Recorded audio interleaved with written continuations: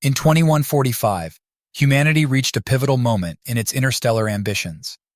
Earth, now a bustling hub of technology and innovation, was the home of Terra Firma Limited, the first human corporation with sights set far beyond the Milky Way. Its goal was simple yet audacious: to mine rare minerals from the untapped worlds lying in the outer sectors of the galaxy. The CEO, Adrian Wells, a visionary with a reputation for pushing the boundaries of possibility, announced a plan that would forever alter the course of human history.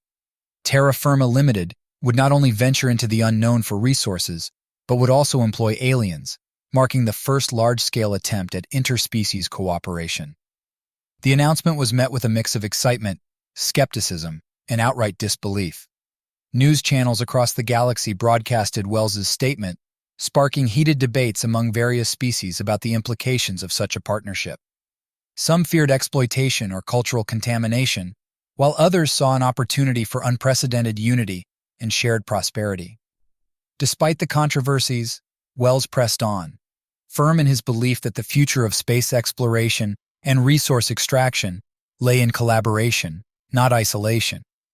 To kickstart this grand experiment, Terra Firma organized a galaxy-wide hiring fair. The event was to be held on Neutral Station Zeta, a sprawling spaceport located at the crossroads of several major trade routes, known for its impartial stance in galactic affairs. The station was chosen for its accessibility to countless species and its capacity to host an event of such magnitude.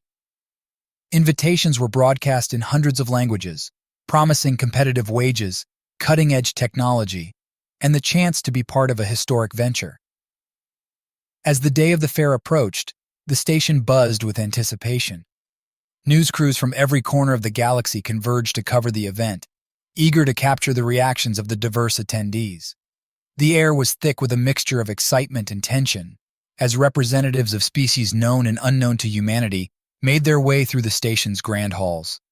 The fair itself was a spectacle of diversity. Booths manned by human recruiters equipped with universal translators attempted to navigate the complex task of explaining job roles, safety protocols, and cultural norms to a queue of applicants ranging from bipedal creatures resembling Earth's tales of extraterrestrials to sentient gas clouds and beings of pure energy. Miscommunications were common, leading to moments of confusion, laughter, and, occasionally, frustration. Amidst the chaos, Wells walked the floor, observing the interactions with keen interest. He saw the challenges ahead, not just in the logistics of integrating such a diverse workforce, but in bridging the vast cultural gaps. Yet in the faces of both human and alien, he also saw the potential for something remarkable. Here, in the mingling of species, lay the seeds of a new era of cooperation, a beacon of hope for a galaxy divided by differences.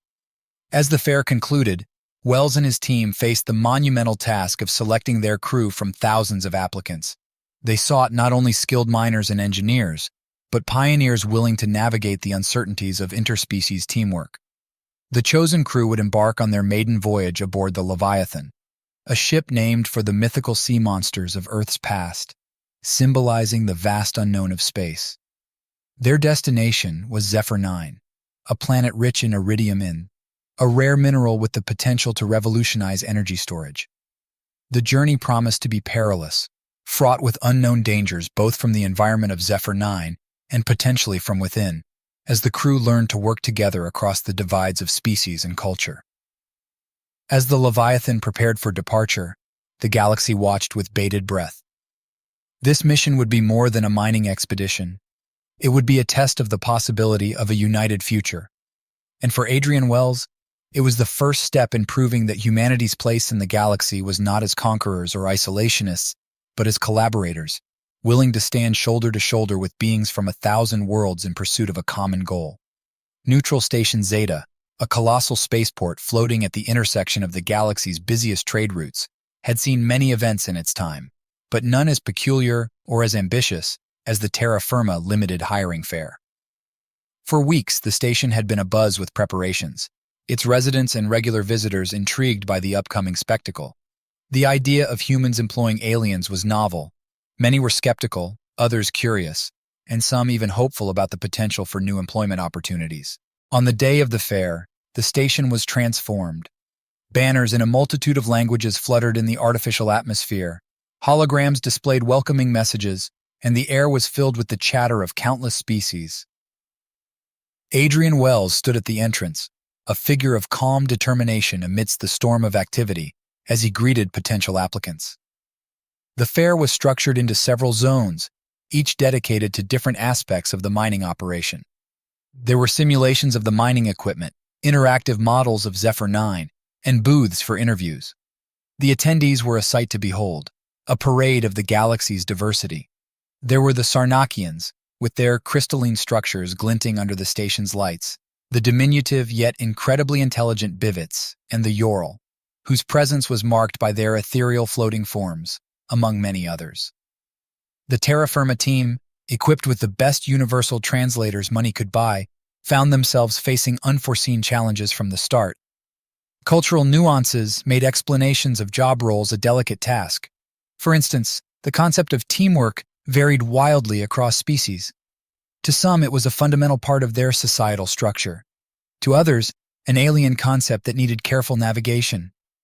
Despite these hurdles, the fair was a melting pot of exchange and learning. Human recruiters learned to adapt their approaches, using visual aids and simulations to bridge the communication gaps. The potential employees, in turn, were fascinated by the technology on display, particularly the advanced mining equipment and the Leviathan itself, a masterpiece of engineering designed to accommodate the needs of various species. Adrian Wells found himself in the thick of negotiations, discussions, and at times, heated debates. A memorable moment came when a group of Zolarians, beings known for their negotiation skills, tried to bargain for higher wages. It took a combination of diplomacy, humor, and a genuine acknowledgement of their skills to reach an agreement that was celebrated with a traditional Zolarian gesture of respect, a melodious hum that resonated throughout the hall. By the end of the day, the team had a list of potential hires that exceeded all expectations. The diversity of the applicants was not just in species, but in skills, experiences, and perspectives. It was a recruiter's dream and a logistician's nightmare. The challenge now was to select a crew that could not only do the job, but also work together in the close quarters of a spaceship for months on end. As the fair wound down, Adrian reflected on the day's events. The enthusiasm and curiosity displayed by the applicants were encouraging signs. It was clear that the mission would be about more than just mining. It would be a groundbreaking experiment in interspecies cooperation. The task ahead was daunting. They needed to finalize the crew, prepare them for the mission, and ensure that the Leviathan was ready to support this unprecedented endeavor. But as Adrian looked over the applications, he felt a surge of optimism. Terra Firma Limited was on the cusp of something great, something that could change the galaxy's view of humanity and prove that, despite their differences, beings from all corners of the universe could come together for a common goal. As the station returned to its usual rhythm, the impact of the hiring fair lingered. The galaxy had indeed watched, and now it waited to see what would happen next. The success of the mission would not just be a triumph for terra firma, but a victory for the idea that unity and diversity was not just a lofty ideal, but a practical, achievable reality. The Leviathan, a spaceship as grand in ambition as it was in size, became the temporary home and workplace for the most diverse crew ever assembled in the history of space exploration. With the selection process behind them, the chosen crew members, representing over 30 species from across the galaxy, boarded the ship amidst a flurry of media coverage and public fascination. The ship itself, designed to be a testament to human engineering and a bridge to alien cultures, was equipped with state-of-the-art technology and living quarters modified to accommodate the varied needs of its crew. The departure was a spectacle watched by billions across the galaxy, a moment of shared anticipation and hope. As the Leviathan's engines roared to life, propelling the ship into the unknown, inside, its crew embarked on the more challenging journey of navigating their differences and building a team capable of facing the dangers of deep space and the mysteries of Zephyr 9. Adrian Wells, though remaining on Earth, stayed in constant communication, his presence felt through daily briefings and his commitment to the crew's success. Captain Elena Mirov, a veteran of space exploration with a calm demeanor and an unshakable sense of duty, led the crew. Her leadership would be tested not by the void of space, but by the task of uniting a crew of beings who viewed the universe through vastly different eyes. The early days of the journey were marked by a series of orientation sessions, designed not only to familiarize the crew with the ship's operations, but also to foster an understanding of the cultural and biological diversity on board. The ship's cultural liaison officer, a jovial bivet named Tico, organized a series of cultural exchange dinners, where crew members shared dishes from their homeworlds, accompanied by stories of their people's history and traditions. However, the harmony of these initial exchanges was soon tested by the realities of life in close quarters. Misunderstandings arose from the trivial, such as disagreements over the allocation of communal spaces, to more serious challenges related to communication and operational protocols. The differences in biological needs also posed unexpected challenges. For example, the ship's atmospheric settings, designed to fluctuate to meet various species requirements, malfunctioned, leading to discomfort for several crew members and a frantic scramble to address the issue. These challenges brought to the forefront the importance of empathy, patience, and communication. Captain Mirov, with the help of her diverse senior staff, implemented a buddy system, pairing crew members from different species to foster better understanding and teamwork. Additionally, emergency response drills were adapted to include scenarios that considered the crew's diverse capabilities and vulnerabilities. Amidst these growing pains, moments of unexpected camaraderie and mutual respect began to emerge. A crisis involving a critical system failure saw the crew working together seamlessly, their diverse backgrounds providing a range of solutions that ultimately saved the ship from disaster. This event, more than any orientation session, solidified the crew as a team, proving that they could rely on each other in the face of adversity. As the Leviathan continued its journey to Zephyr 9, the crew settled into a routine, their initial apprehensions giving way to a cautious optimism. The ship became a microcosm of the galaxy at large, a place where beings from vastly different worlds came together, not just to work but to learn from each other. One evening, as the ship sailed through the quiet expanse of space, a group of crew members gathered at the observation deck, marveling at the nebulae and star clusters unfolding before them. It was a moment of peace and wonder, a reminder of the beauty and mystery that had drawn them all into the vastness of space. For Captain Mirov, watching her crew share in this moment, it was a sign that despite the challenges ahead, they were on the path to becoming not just colleagues, but a family, bound by a shared mission and a common destiny. The Leviathan, with its crew of humans and aliens, was not just a ship. It was a beacon of hope for a future where the barriers between species could be overcome. As they neared their destination, the challenges of Zephyr 9 awaited, but so did the opportunity to prove that together, they could face any obstacle the universe threw their way. As the Leviathan entered the orbit of Zephyr 9, the crew gazed upon their destination with a mixture of awe and apprehension. The planet, with its swirling storms and rugged terrain, was as beautiful as it was foreboding. Captain Elena Mirov addressed the crew, her voice steady and reassuring, reminding them of the mission's importance and expressing confidence in their abilities and teamwork. The mining operation on Zephyr 9 was not just about extracting rare minerals. It was a test of humanity's ability to work harmoniously with alien species and to responsibly exploit extraterrestrial resources. The landing parties were meticulously organized, with teams composed of various species to maximize efficiency and ensure a broad range of perspectives and skills. The Sarnakians, with their crystalline bodies, led the geological survey team, their innate ability to detect mineral compositions proving invaluable. The Ural, ethereal beings who communicated through color and light, accompanied the security detail, their unique perception capabilities acting as an early warning system against potential threats. Initial surveys revealed that Zephyr 9 was rich in iridium mineral, but the mining sites were located in some of the most inhospitable regions of the planet. The crew faced extreme temperatures, unpredictable weather patterns, and rough terrain. Despite these challenges, the early days of the operation saw remarkable progress, thanks to the innovative technologies developed by human and alien engineers working in tandem and the unprecedented cooperation among the crew members. However, the true test of the crew's resolve came when they encountered the indigenous species of Zephyr 9, a revelation that brought the operation to a sudden halt. The creatures, dubbed the Zephyrians, were sentient beings capable of manipulating the planet's electromagnetic fields. Initial attempts at communication were fraught with difficulty, leading to a tense standoff that threatened to escalate into conflict. Captain Mirov, along with a specially selected diplomatic team that included Tycho, the Bivit Cultural Liaison Officer, and representatives from the Sarnakians and Ural, initiated delicate negotiations with the Zephyrians.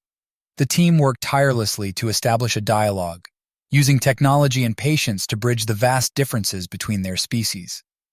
The breakthrough came when the Ural, with their ability to communicate non-verbally through light patterns, managed to convey a message of peace and cooperation to the Zephyrians. This led to a series of exchanges that revealed the Zephyrians' concerns. The mining operation threatened to destabilize the planet's magnetic fields, which were essential not only to their survival, but also to the delicate ecosystem of Zephyr 9.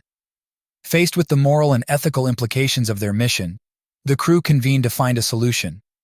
The engineers and scientists, both human and alien, worked alongside the Zephyrians to develop a new method of mining that would minimize environmental impact. This collaborative effort took weeks of trial and error, testing the crew's ingenuity and commitment to their principles. Finally, a breakthrough was achieved. The new mining technique, which used a combination of human technology and Zephyrian knowledge of the planet's magnetic fields, proved to be effective and environmentally sustainable. The success of this cooperative endeavor was celebrated as a milestone in interspecies collaboration, marking a new chapter in the galaxy's history.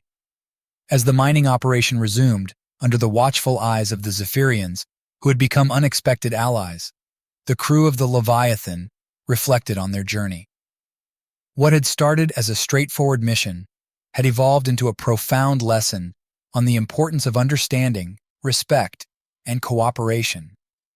The crew's time on Zephyr 9 had tested them in ways they could never have anticipated, but it had also shown them the possibilities that lay in working together towards a common goal. As they prepared to leave the planet, their cargo holds filled with iridium-9, and their hearts with newfound respect for their alien companions and the universe's myriad life forms, they knew that the mission's true success lay not in the material wealth they had extracted, but in the bridges they had built. As the Leviathan prepared to depart Zephyr 9, news of its groundbreaking cooperation with the Zephyrians had already spread across the galaxy. The mission, which began as a controversial experiment in human-alien collaboration, had evolved into a symbol of hope for a future where such partnerships could flourish. This story, transmitted through interstellar news networks and shared on data streams, caught the attention of the Galactic Council, an assembly representing numerous civilizations across the galaxy. The Council, intrigued and somewhat alarmed by the implications of humans successfully employing aliens and engaging with indigenous species, convened a special session to discuss the Leviathan's mission. Representatives from various planets and species, each with their own perspectives on interspecies relations and environmental stewardship, debated the merits and risks of terra firma Lodinda's approach. Amidst the political maneuvering and rhetorical flourishes, two factions emerged, one that viewed the mission as a dangerous precedent for exploitation and reckless expansion, and another that saw it as a pioneering step towards greater unity and cooperation in the galaxy. The former voiced concerns about the potential for cultural contamination and the disruption of planetary ecosystems, while the latter highlighted the benefits of shared knowledge and resources. The debate reached its zenith when a delegation of Zephyrians, using advanced communication technology to interface with the Council's systems, delivered a message. They spoke of the Leviathan crew's efforts to understand and respect Zephyr 9's delicate ecological balance, and how, through collaboration, a sustainable solution was found. This testimony, coming from a previously unknown species, shifted the tide of the debate, emphasizing the potential for positive outcomes when different beings work together with mutual respect. In response to the unfolding situation, the Galactic Council decided to send observers to accompany the Leviathan on its journey back to Earth. These observers, selected from species with a vested interest in the preservation of planetary ecosystems and the promotion of interspecies cooperation, were tasked with evaluating the mission's processes and outcomes, intending to develop guidelines for future ventures of this nature. Meanwhile, the crew of the Leviathan, unaware of the galactic spotlight upon them, focused on their journey home. The presence of the Galactic Council's observers added a new dynamic to the ship, one that was met with a mix of curiosity and apprehension. The crew, having forged bonds of trust and friendship through their shared challenges, welcomed their new passengers with the same spirit of openness that had guided their mission from the start. The voyage back to Earth was a time of reflection and anticipation. The crew, along with the Zephyrians and the Council's observers, engaged in a series of discussions and exchanges, sharing knowledge about their cultures, technologies, and visions for the future.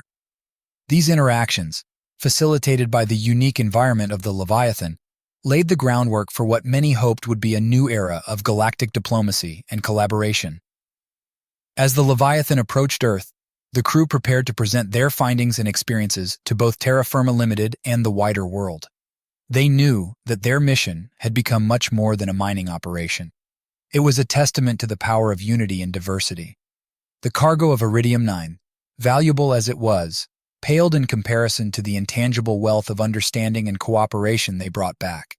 The anticipation of their arrival was palpable, not just among those on Earth eager to celebrate their success, but also across the galaxy, where the story of the Leviathan had inspired a re-evaluation of what was possible when beings from different worlds came together for a common cause.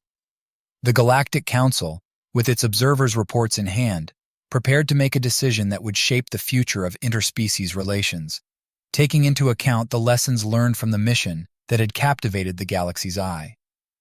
The Leviathan's journey back to Earth, while filled with the anticipation of their triumphant return, took an unexpected turn. The presence of the Galactic Council's observers had added a layer of formality to the mission, but it also brought an unforeseen tension. It wasn't long before this tension manifested into a tangible threat that jeopardized not only the mission's success, but also the lives of those on board.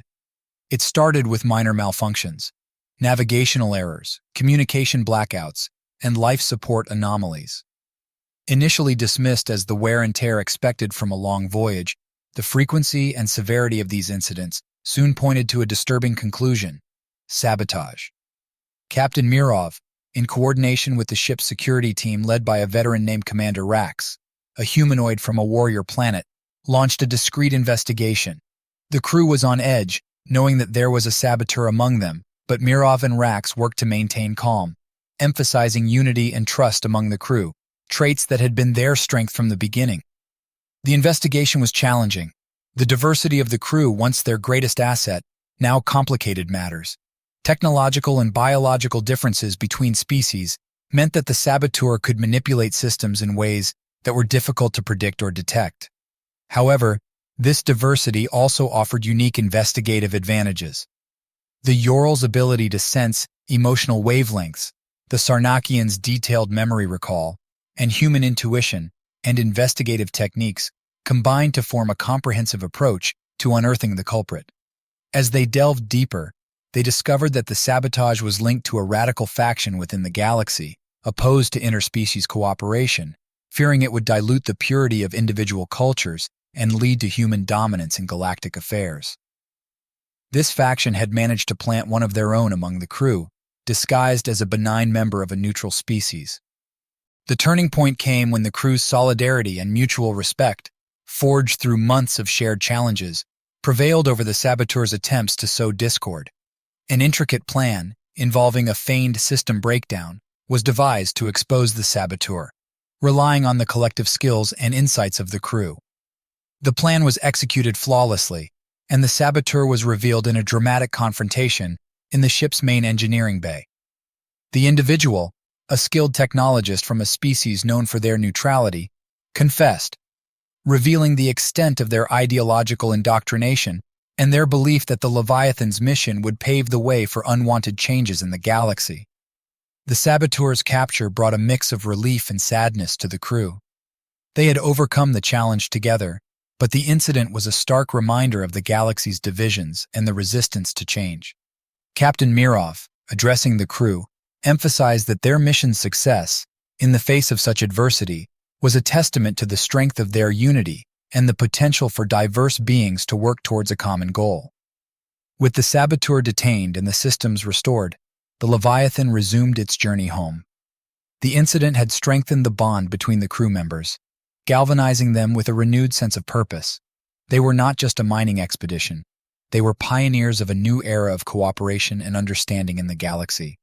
As Earth came into view, the crew prepared to share their story, not just of the minerals they had mined or the technological achievements, but of the cultural bridges they had built and the obstacles they had overcome together.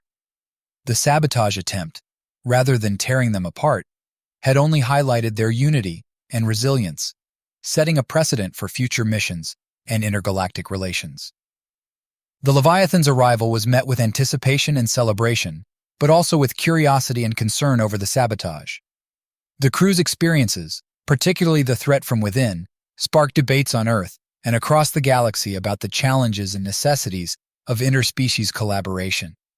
The successful handling of the situation by the crew of the Leviathan served as a powerful example of the potential for understanding and cooperation in the face of division and hostility, marking a significant chapter in the journey towards a more united galaxy. As the Leviathan neared Earth, its crew prepared to share their triumphant return and the groundbreaking achievements of their mission. However, unbeknownst to them, a new challenge loomed on the horizon, one that would test their unity and resolve more than any they had faced before. The radical faction that had infiltrated the crew with a saboteur did not consider their mission over with the capture of their operative. Viewing the Leviathan's successful collaboration with the Zephyrians and the potential for future interspecies cooperation as a threat to their isolationist ideology, they mobilized a secret fleet. This fleet, composed of ships from various species sympathetic to the faction's cause, set a course for Zephyr 9, aiming to seize control of the planet and its resources, thereby delivering a blow to the burgeoning movement towards galactic unity.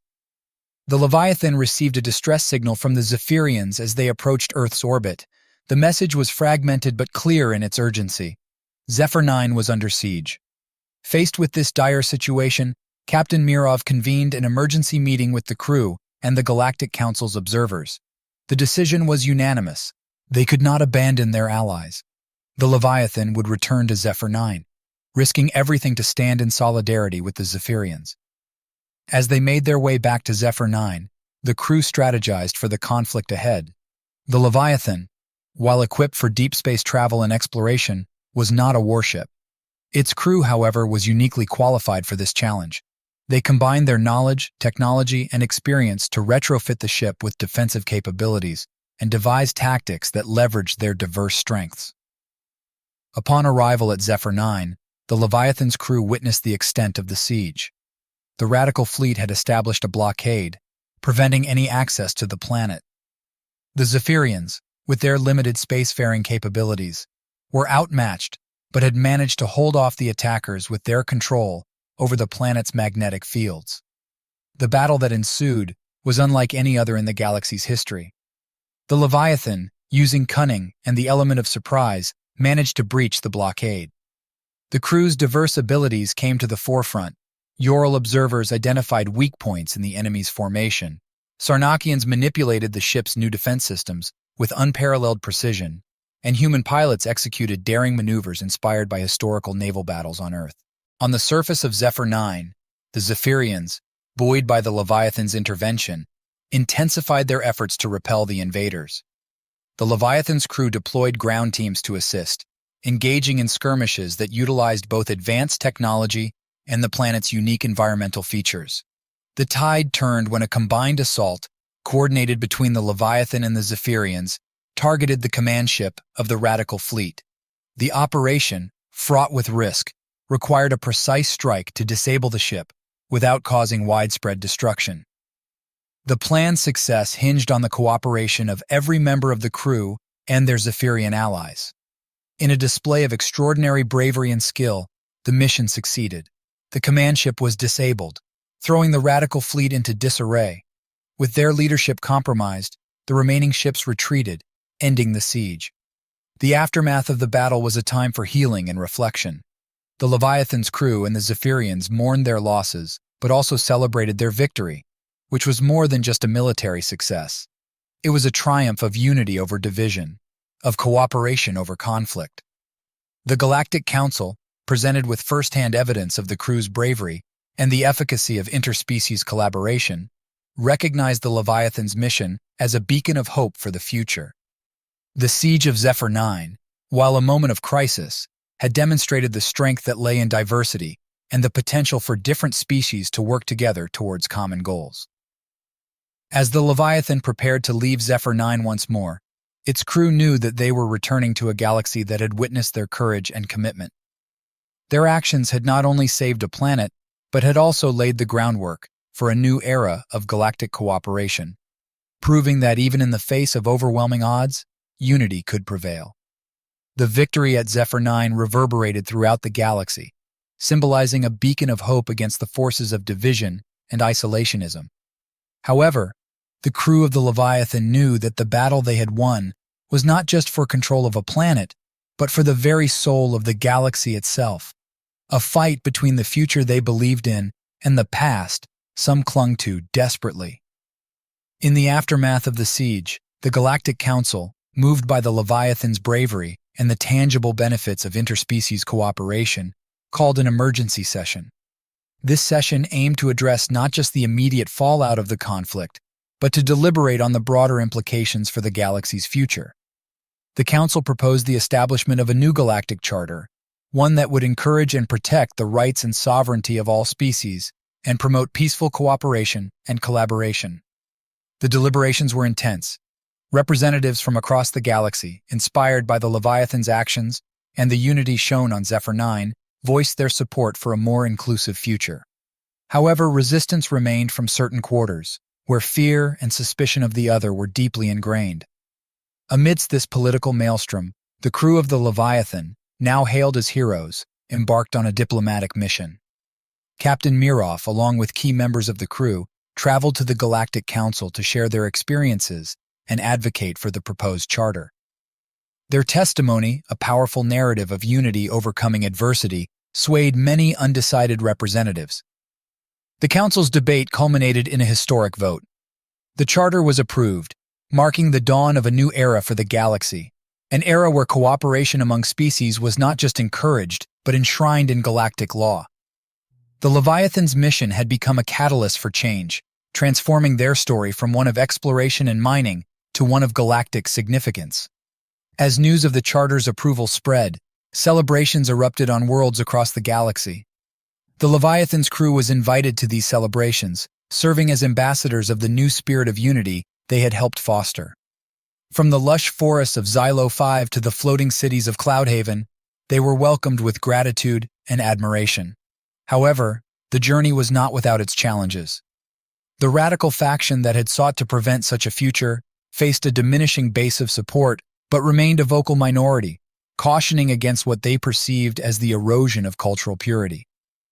The crew engaged with these factions, not with hostility, but with open dialogue, sharing their experiences and the mutual respect and understanding they had gained from their diverse crew and allies. The turning point came on a world that had long been a stronghold of isolationist sentiment. Here, in a grand assembly, a debate was held, broadcast across the galaxy, where Captain Mirov and her crew made their case. They spoke not of abstract ideals, but of the concrete benefits they had witnessed: technological advancements, cultural exchanges, and most importantly, friendships that transcended species and worlds. The impact was profound. The broadcast, watched by billions, didn't immediately dissolve all opposition, but it seeded the possibility of change in even the most skeptical hearts. It demonstrated that unity was not a threat to individual identities, but a way to protect and celebrate them in a galaxy that was richer for its diversity. The Leviathan returned to Earth, its mission completed, but its journey far from over. The crew, once strangers from distant corners of the galaxy, had become a family, bound by shared experiences and a common purpose. They had faced adversity, from sabotage and siege to the challenge of changing minds and hearts, and emerged not only victorious, but transformed. Their story, a testament to the power of unity and cooperation, became a cornerstone of the new galactic era. The Leviathan, once a simple mining vessel, was now a symbol of a galaxy united in its diversity, a beacon for those who dared to dream of a future where all species could stand together as equals. The battle for the future, fought not just with ships and weapons, but with courage, diplomacy, and the strength of convictions, was a reminder of what could be achieved when beings from across the stars joined forces for a common cause. The Leviathan's crew, in their daring and determination, had not just shaped their own destiny, but had helped chart a course for the entire galaxy. Following the Leviathan's historic mission and the subsequent diplomatic efforts led by its crew, the Galactic Council convened to deliver its final verdict on the new Galactic Charter and the role of humanity and its allies in shaping the future. This session, held in the Grand Auditorium of the Galactic Council's headquarters, a marvel of architectural ingenuity representing the diversity of the galaxy, was to be a defining moment in galactic history. The auditorium was filled with representatives from thousands of worlds, each awaiting the decision that would cement the legacy of the Leviathan's mission. The air was charged with anticipation, as countless beings, from the most influential politicians to the common citizens of the galaxy, tuned in to witness the proceedings. Captain Mirov, accompanied by key members of her crew and the Zephyrian delegates, stood before the council. They were not just representatives of Terra Firma Limited or Earth, but symbols of the potential for unity and cooperation across the galaxy. The Zephyrians, once unknown and on the brink of conflict with the wider galaxy, now stood as equals, advocating for a future built on mutual respect and shared goals. The council's presiding officer, a being of great age and wisdom, known for their impartiality, began the session with a recounting of the Leviathan's journey. From the ambitious beginnings of the mission, through the challenges of sabotage and the siege of Zephyr 9, to the diplomatic endeavors that followed, the narrative highlighted the crew's unwavering commitment to their principles of cooperation and peace. As the debate opened, various factions within the council presented their views. The supporters of the Charter praised the Leviathan crew's actions as a model for the future, emphasizing the breakthroughs in communication, technology, and understanding achieved through their mission. They argued that the Charter was not just a legal framework, but a declaration of the galaxy's collective will to move beyond old prejudices and fears. The opposition, though diminished, raised concerns about sovereignty, the pace of change, and the potential loss of cultural identity. However, their arguments were met with powerful rebuttals, not least from the Zephyrians, whose own experience served as a testament to the benefits of opening one's world to the galaxy. The turning point came when a holographic display, initiated by one of the Leviathan's crew, filled the auditorium. It showed the faces of individuals from across the galaxy, from worlds touched by the Leviathan's journey, each sharing their story of how the mission had changed their perspective, brought technological aid, or fostered cultural exchanges that enriched their lives. The presentation was a vivid reminder of the Charter's potential impact, reaching beyond politics and ideology to touch the lives of countless beings. It was this demonstration of unity, of shared dreams and aspirations, that swayed the council. The vote, when it came, was overwhelmingly in favor of ratifying the new Galactic Charter. The auditorium erupted into cheers and applause, a cacophony of sounds from 1,000 worlds, as the council's presiding officer formally announced the decision. The Leviathan's mission, born from a venture of commercial exploration, had catalyzed a movement toward a future where collaboration and understanding across species were not just ideals, but foundational principles of galactic society. Captain Mirov and her crew, standing at the heart of the assembly, were hailed as heroes not of war, but of peace, architects of a new era. The verdict was more than an approval of a document. It was an acknowledgement of the strength found in diversity and the boundless potential of unity. As the Leviathan's crew departed from the council's headquarters, they carried with them not just the pride of accomplishment, but the responsibility of continuing to champion the ideals that had brought them this far. The galaxy, once a tapestry of isolated threads, was weaving itself into a richer, more vibrant whole, guided by the light of the Leviathan and the countless others inspired to join the journey toward a united future. The return of the Leviathan to Earth was a momentous occasion, met with celebrations that spanned the globe. Humanity had watched with bated breath as their representatives, alongside their alien allies, navigated the dangers of the unknown, challenged the galaxy's prejudices, and emerged as vanguards of a new era of interspecies cooperation and peace. The crew's homecoming was broadcast live, a spectacle witnessed by billions. marking not just the end of an epic journey, but the beginning of a new chapter in human history. As the Leviathan descended through Earth's atmosphere, its silhouette against the backdrop of a setting sun became a symbol of hope and unity. The crew, once ordinary individuals from diverse backgrounds and species, had been transformed into heroes of an interconnected galaxy. Their arrival was greeted by a sea of people, a mosaic of Earth's cultures, gathered to welcome them home. Adrian Wells, the visionary behind Terra Firma Limited, stood at the forefront of the welcoming committee. His gamble to employ aliens and embark on a mission fraught with uncertainty had paid off in ways far beyond the acquisition of rare minerals. Terra Firma had become a household name, synonymous with pioneering spirit and galactic diplomacy. In the days that followed, the crew was celebrated across the world. Parades were held in their honor, and they were invited to speak at the United Nations, where they shared their experiences and the lessons learned from their mission. The story of the Leviathan was a testament to the power of unity, the value of diversity, and the boundless potential of cooperation. Captain Mirov, in her addresses, spoke not just of the challenges they had overcome, but of the friendships forged among the stars. She highlighted the importance of looking beyond our differences, finding common ground, and working together towards a shared future. The Zephyrians, represented by their delegates, stood by her side, once strangers, now allies, embodying the potential for peaceful coexistence and mutual prosperity. The impact of the Leviathan's mission extended beyond the celebrations and accolades. The Galactic Council's new charter, ratified in the wake of their journey, opened doors for humans and aliens alike to explore, collaborate, and live amongst each other. Earth became a hub of interstellar diplomacy and trade, with the establishment of embassies for various alien species and the inception of joint ventures that promised to propel humanity into a new age of technological and cultural growth. Adrian Wells, seizing the momentum, announced the formation of the Intergalactic Exploration and Trade Alliance, IETA, an organization dedicated to fostering relations between Earth and the galaxy's civilizations.